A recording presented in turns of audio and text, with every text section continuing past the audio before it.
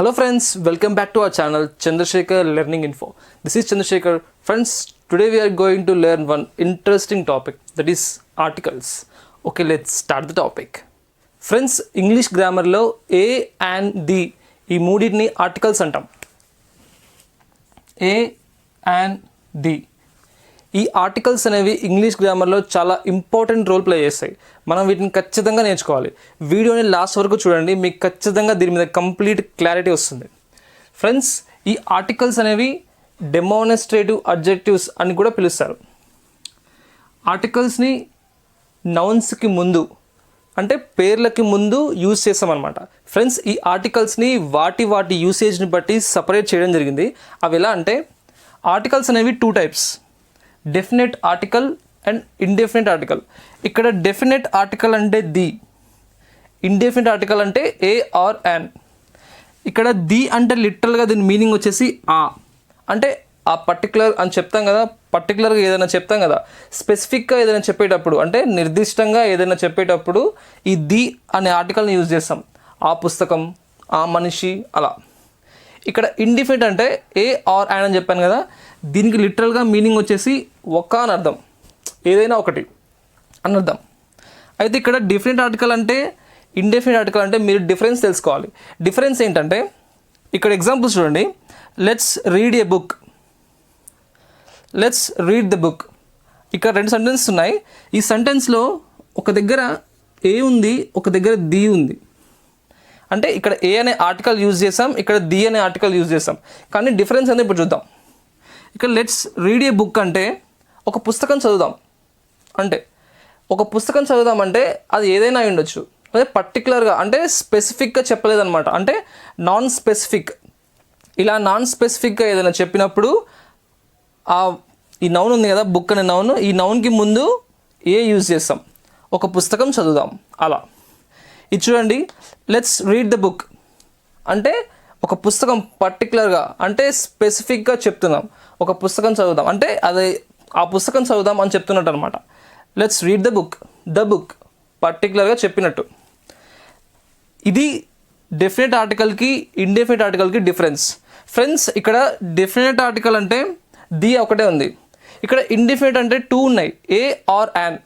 ఈ a or యాన్లు కూడా use చేసే విధానం డిఫరెంట్గా ఉంటుంది. అది మనం ముందు తెలుసుకుందాం. ఫ్రెండ్స్, ఇక్కడ ఇంకొకటి, ఈ ఏ ఆర్ యాన్లు ఓన్లీ సింగులర్ కౌంటబుల్ నౌన్స్ ముందు మాత్రమే యూజ్ చేస్తాం. నెక్స్ట్ ఈ ది అనేది మాత్రం singular and plural both nouns ముందు మనం యూజ్ చేస్తాం అనమాట. ఫ్రెండ్స్, ఇక్కడ ఏ యాన్లు సింగులర్ కౌంటబుల్ నౌన్స్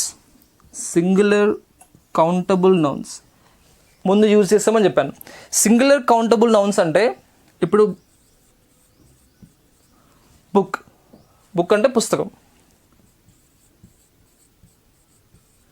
బుక్స్ అంటే పుస్తకాలు. ఇది సింగులర్, ఇది ప్లూరల్.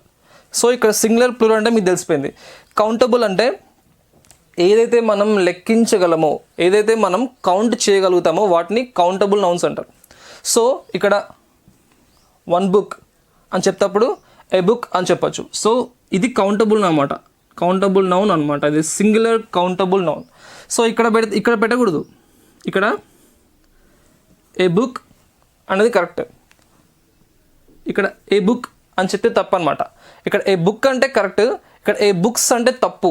ఇక్కడ ప్లూరల్ కదా, ఇక్కడ ఏ అనేది మీనింగ్ వచ్చేసి ఒక అనే మీనింగ్ వస్తుంది. సో ఇక్కడ ప్లూరల్కి ఇది వర్తించదు అనమాట. సో ఇక్కడ ఏ పెట్టాలి, ఇక్కడ ఏ పెట్టకూడదు. సో ఇది అనమాట.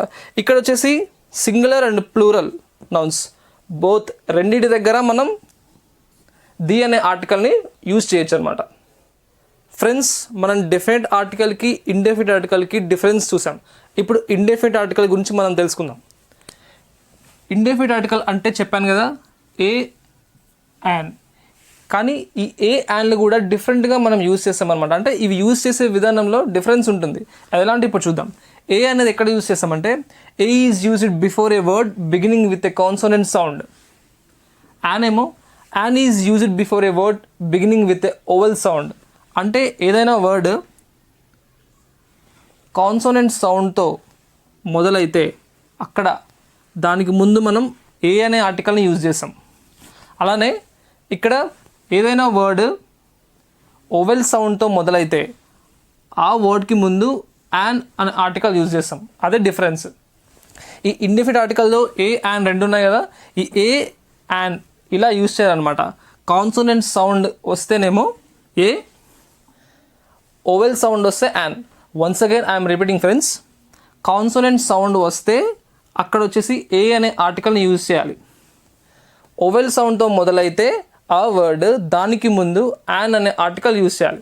అదే రెండింటికి డిఫరెన్స్, అంతే, ఇంకేం లేదనమాట. ఈ కాన్సోనెంట్ సౌండ్ అంటే మీకు తెలిసే ఉంటుంది. కా నుంచి బండిరా వరకు, తెలుగులో కా నుంచి బండిరా వరకు ఉంటాయి కదా, వాటిని హల్లులు అంటాం. సో ఈ సౌండ్స్ కా నుంచి బండిరా వరకు ఆ కాన్సోనెంట్ సౌండ్స్ అంటాం కదా, ఆ సౌండ్స్ వస్తే ఏ వర్డ్లోనైనా అక్కడ ఏ యూజ్ చేస్తాం. ఇక్కడేమో ఓవెల్స్ అంటే అచ్చులు అనమాట.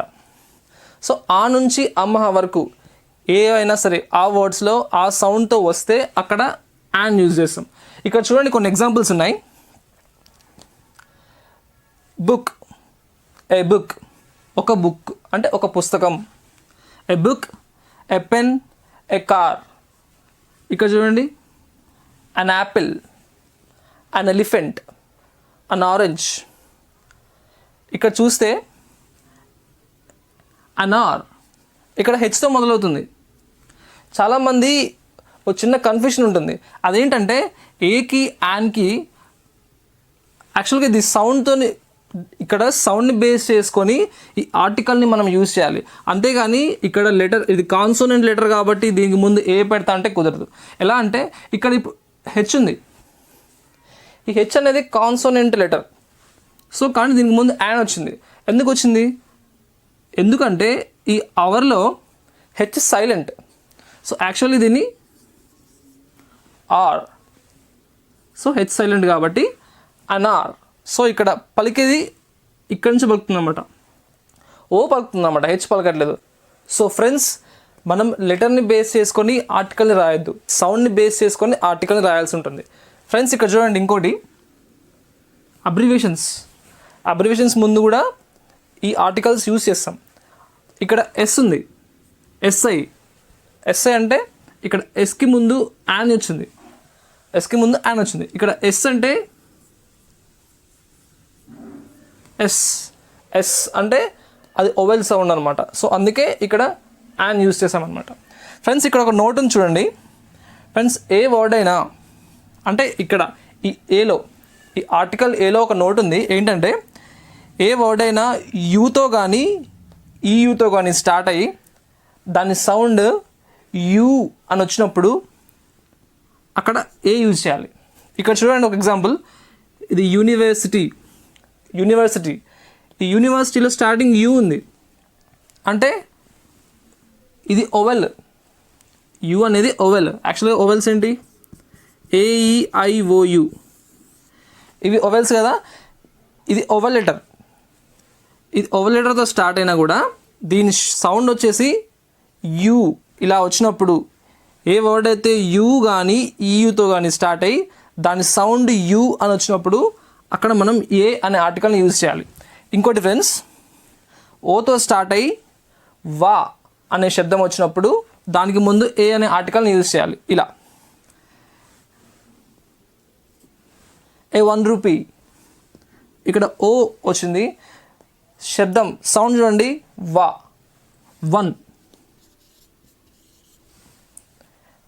ఏ 1 రూపీ.